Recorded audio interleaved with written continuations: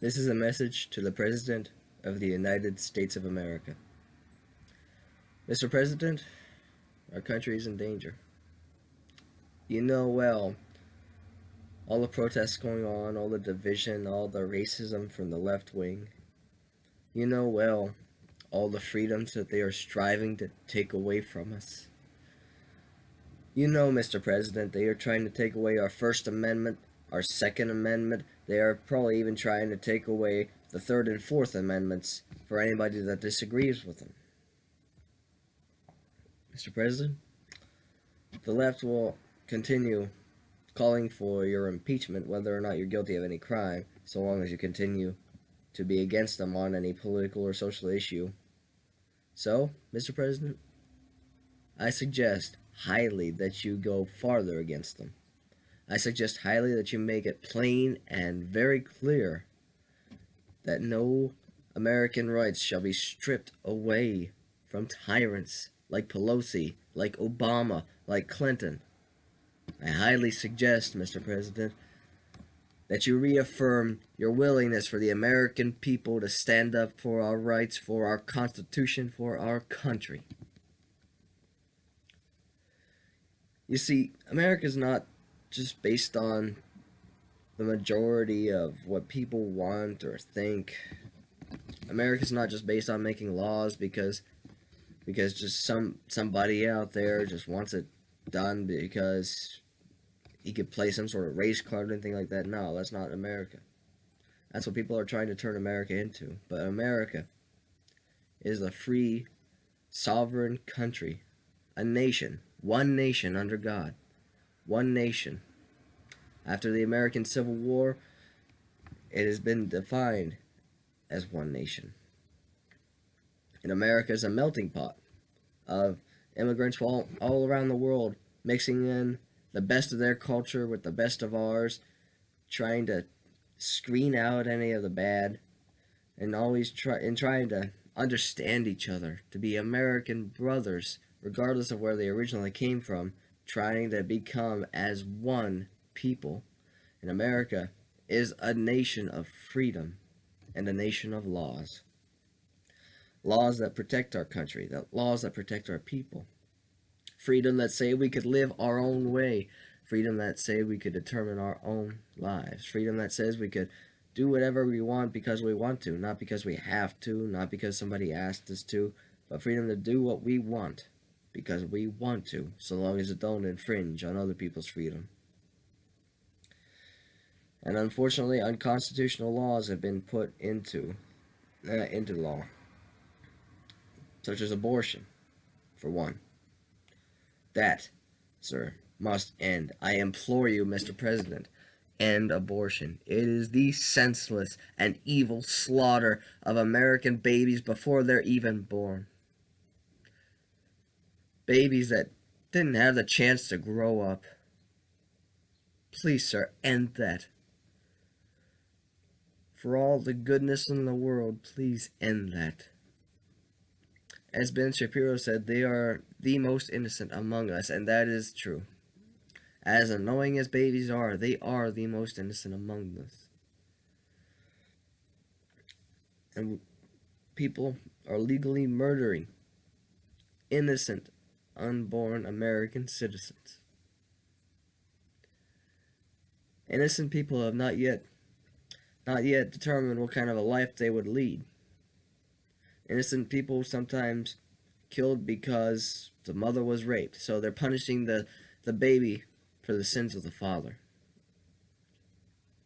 Or simply because the worthless piece of slime that is having that baby killed and murdered simply doesn't want the baby. So she's having him killed.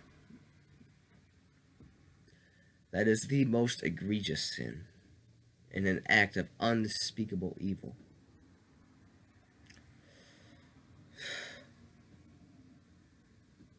And also, not quite as bad or egregious, but still un-American, we got laws saying that even though it's only your personal safety at risk, you have to have a seatbelt while driving a car. Really? Fuck that. Really, Mr. President, that is just No, I mean, it's our lives and our necks. Nobody's going to be saved if we personally decide to wear a seatbelt. No, that's all dependent on us, I think. Ought to be just dependent on us if we personally wear a seatbelt or not. I mean, what's Big Brother government got any right to say what we do with our own lives, with our own freedom, with our own property? Now, speed limit laws and whether or not to turn on red or not, I mean, those are reasonable laws that do keep people safe, that do save lives. However, seatbelt laws are ridiculous and unconstitutional. Nowhere in the Constitution does not say that the government can dictate people's private property when it's the people themselves that are that are really responsible for it, that are going to be affected by it. I'm talking about individual people themselves with their own property, such as seatbelts. I'm a strict constitutionalist. I believe that if it's not there, it does not exist. And nowhere in the Constitution, in its original conception, does it say that the government has the right to dictate people's personal safety when it affects nobody else.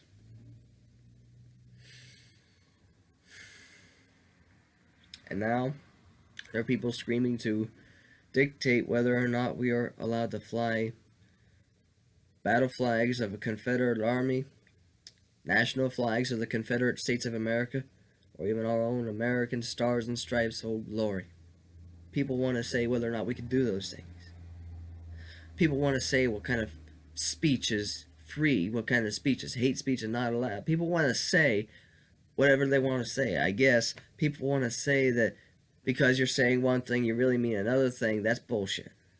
That ain't right, Mr. President. That ain't right. I implore you, think on what I am saying here. I beg you, please, Mr. President, watch this, listen to what I'm saying, because I am basically echoing the concerns of the American people. Government is growing too big, and we cannot allow it to get bigger. Government is becoming more and more Big Brother by the day. The people have had enough. I have had enough, and I have had enough with people trying to say who I am because of my flag, when it's not really who I am. People call me names like racist and backwards and yada yada yada because the flag right there. That's not me. That's not me, and if they knew history, they would know that's not me. If they knew me at all, they would know my strive for personal freedom, personal liberty, freedom of speech, the Second Amendment, the rights of all American citizens. And they would understand that in that flag is a representation of thousands of men who loved their homes, who fought against what they saw as an army to subjugate their homes, subjugate their families. You see, when President Lincoln, and I actually support him on this, so I certainly see the Southern way of view, but President Lincoln raised an army of 20,000 men to march down into the Southern states because of the rebellion, and many people saw that as an invasion and attack. And so what I see in the flag is not racism, but people's love for their homes and their families and willingness to stand up to any enemy who dares to threaten it. What I see in that flag is the preservation of the United States Constitution. Honestly, that is what it's become, with it being raised in defense of freedom of speech, raised in defense of the right for a state to keep her own militia, the right of the people to keep and bear arms. And people call me racist for it, and you know what? It's the problems in this country today is because of shit like that, because people are too pig-headed, too stupid, too blind, too ignorant and arrogant, and too bigoted to listen to another point of view. People in this country, on the left, they see in the media what to believe. They are told on the media what to think, what to believe, what to say.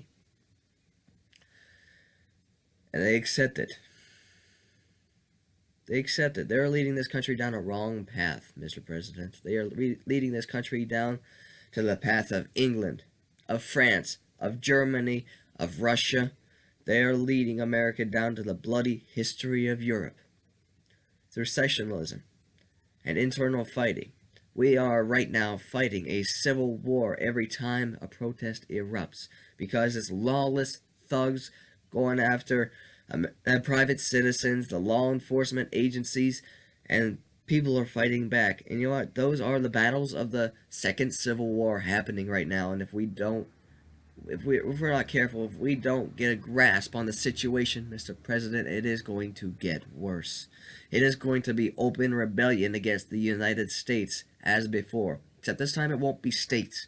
It will be towns. It will be neighborhoods. It will be houses fighting against each other. America is more divided than when she was in 1860. And it's only getting worse. It's only getting worse because the truth is not being shed to light. It is getting worse because nobody listens to each other. I try to listen to people on the left. I really do. But you know what? It's really difficult to listen when all you're hearing is shouting. Incoherent shouting. You can't pinpoint what anybody is saying because they're yelling too loud. And people are basically yelling over each other the same goddamn thing. The same thing. And you can't hear them over each other. You can't understand what's going on because it makes really no sense, frankly. And with the 58 genders thing, that's ridiculous. But when you try to tell somebody that science has proven otherwise, when you try to tell somebody that it's one or the other and it's unchangeable, they label you as racist, bigot, misogynist, homophobe, etc., etc., etc. And it only drives the stake between this country. It only makes our own countrymen hate each other more. It only makes our own countrymen distrust each other more. When in reality, we should be looking at each other as brothers and sisters, as friends under one constitution, under one flag, the stars and stripes, Old Glory. Instead of burning her, tearing her apart, stomping on her face, we should be raising her highest above all. I support your decision on. I support what you say about taking down the battle flag of the Army of Northern Virginia over the state capitol. I support that because I do believe that the Confederate battle flag was the battle flag of a foreign army that fought against the United States. That is not just a belief, though. That is fact. And no state should be flown above the state. No flag should be flown above the state capitol, other than the state flag, and higher than the state flag on her own separate pole, Old Glory. I do not think the two should be flown on either pole. I think Old Glory ought to be placed in a special position of honor with her own flag. Or with her own flagpole, that is. Her own position and height. Highest height above all. Highest height above the state flag and to the right of the state flag. And I do not believe that a battle flag of a foreign army belongs anywhere near the state capitol. It belongs in a museum, and if people so choose, in their own front yards. Not on the state capitol. That is at least where the left and right can come together on something, is that that particular flag does not belong there. But the left wants to take away the national flag, wants to take away our heritage, our history, our flag, our symbolism, and anything that we can identify with as American citizens, as American brothers together under one question: whether or not we are to remain free. And the left is doing that on purpose. The left wants to divide us. Mr. President, you must be able to see this. You must know what is going on here, as well as I do. Especially since you are in the heart of it, in the capital of this torn nation. In the capital of this troubled country. A country is just trying to pull herself together just to get through one more day. And people in here that are really domestic terrorists, such as Clinton, Pelosi, people that are trying to make it harder for that country to get through the next day. It's all saddening, disheartening. Makes me lose my faith in humanity, really. As if I had any to begin with. Sometimes I feel like, sir, that I am the only one alive who thinks this way, who feels this way, the only one alive who still loves his country. I know that's not true, but sometimes it crosses my mind. And I ask, sir, that you stop the stupidity that's going on here. You are doing a great job, sir. I applaud you and I salute you, Mr. President. You are doing a great job. You have done more than any president in history already. And the media is not covering that. The media is at the forefront of the bias, the forefront of the lies, the deception. Unfair coverage and outright blatant lies. The media is the heart of why America is so divided. And sir, being in the Capitol with all the politics, all the corruption, all the devastation made by the left, you, sir, must know what kind of a path that this will lead us on. And I beg you not to let that happen. You are in a position of unique power and responsibility, the kind of power that most men can only dream of. The kind of power that I wish I had to be able to solve the problems of today. I wish I could solve these problems. I wish I could bring my people under one roof, under one flag, under one common agenda. The preservation of freedom for each other. And what the left doesn't get is we don't give a damn about race. I don't give a fuck what race anybody is. If you're an American, if you're born in this country, that's what I care about. But not just that. If you're born in this country, or if you're just plain legal, if you're a legal immigrant coming to this country, being a United States citizen, getting a job, and staying off of welfare, getting a job, and helping with our economy, and promoting American values, that is what I care about. I don't care about really where anybody's born, what race they's from. I don't care about that. I care about, are you a real American in your heart? Mr. President, I believe you are. And I ask that you reiterate these concerns. I ask that you put these concerns in the forefront. This is a war for the soul of our country. And it is a war that we must win. It is not yet a war fought mainly with bullets, with bayonets, with sabers. It is a war fought with ideas and principles. And the people must learn that the loudest shouter is not always the most correct. The people must learn to take people as they are. And the people must learn to look at people's personal opinions and beliefs and think, does that sound good to me? They must think, does that sound right and moral to my system of beliefs? And I don't care what political parties anybody's from.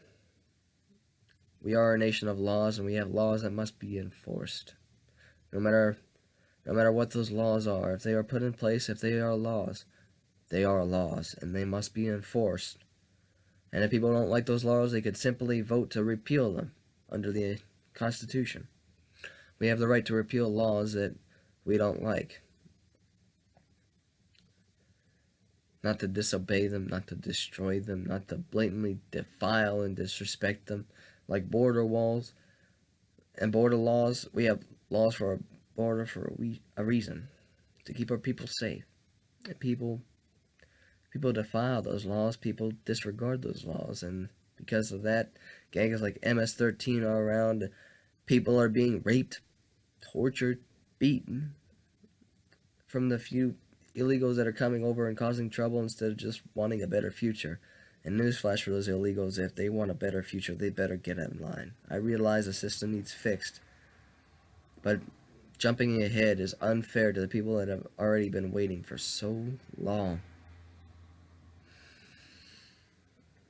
Anyways, that's all I have to say. Mr. President, please do the best that you can. Please hear out the voice that I am speaking to thee. Please hear what I am saying and consider it. Please hear what our country is saying.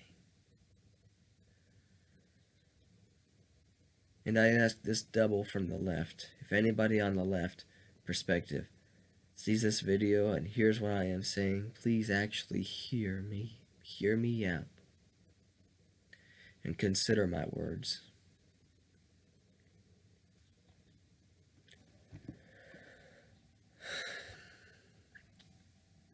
All Americans, be American. Be brothers and sisters to each other. That's all I really can say on the subject. And good luck getting through all this craziness from the political realm. Good luck. And goodbye. I'll talk to you next time.